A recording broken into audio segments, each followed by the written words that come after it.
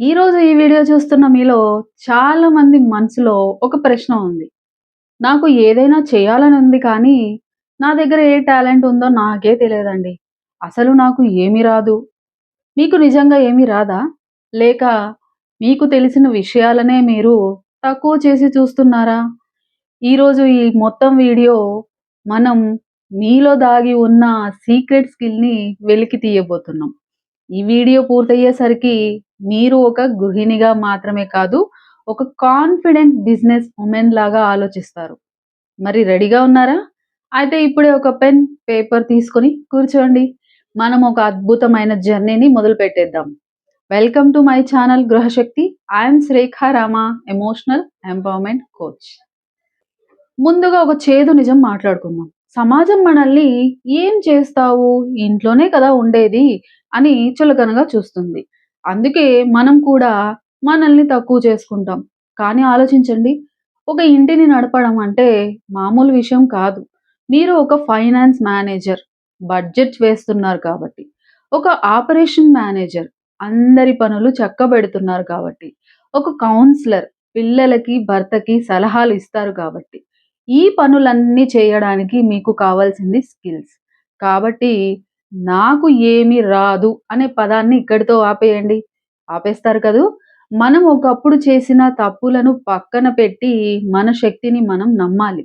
అందరూ నాతో కలిసి చెప్పండి. ఐ యామ్ రెస్పాన్సిబిలిటీ అని. నా రెస్పాన్సిబుల్ నేను తీసుకుంటాను అని చెప్పాలి. ఇప్పుడు మీ పేపర్ మీద మొదటి హెడ్డింగ్ పెట్టేసేయండి. నాకు ఏది ఇష్టం అని. బిజినెస్ అంటే ఏదో కష్టమైన పని చేయడం కాదు.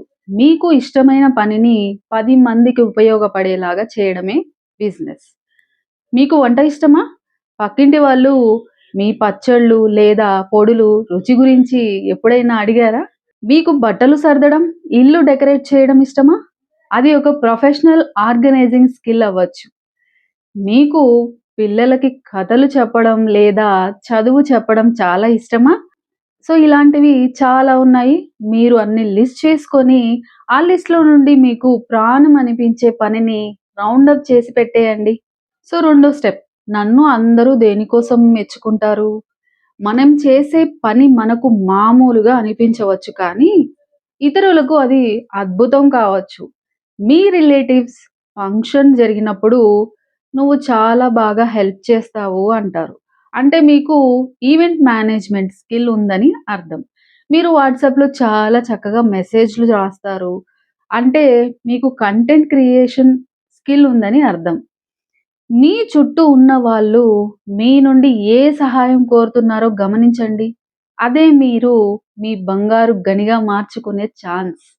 ఇప్పటి నుండి మీరు కొన్ని రోజులు ఇవన్నీ ఒకసారి ఎక్కడికి వెళ్ళినా కూడా మీరు గమనించి అది లిస్ట్ ఔట్ చేసుకొని దాని త్రూ మీరు బిజినెస్ ఐడియా ఎలా తెచ్చుకోవాలి, మీ స్కిల్ ఏంటనేది బయటికి తీసేయండి.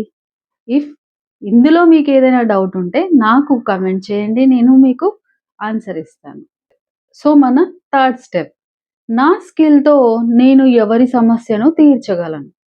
సమస్య ఎక్కడ ఉంటే అక్కడ డబ్బుంటుంది.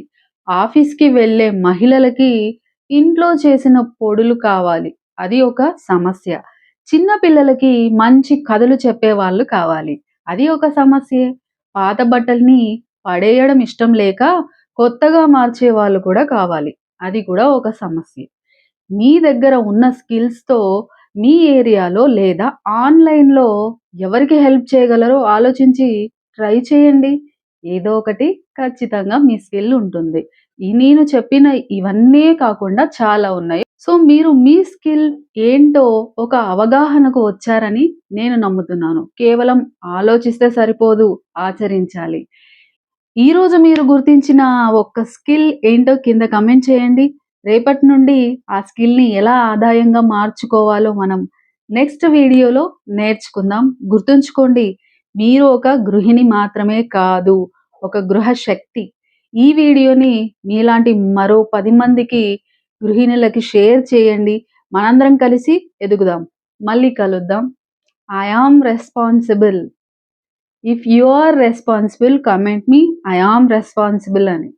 ఈ వీడియో మీకు నచ్చితే కామెంట్ చేయండి, షేర్ చేయండి, సబ్స్క్రైబ్ చేసుకోండి, లైక్ చేయండి. Thank you.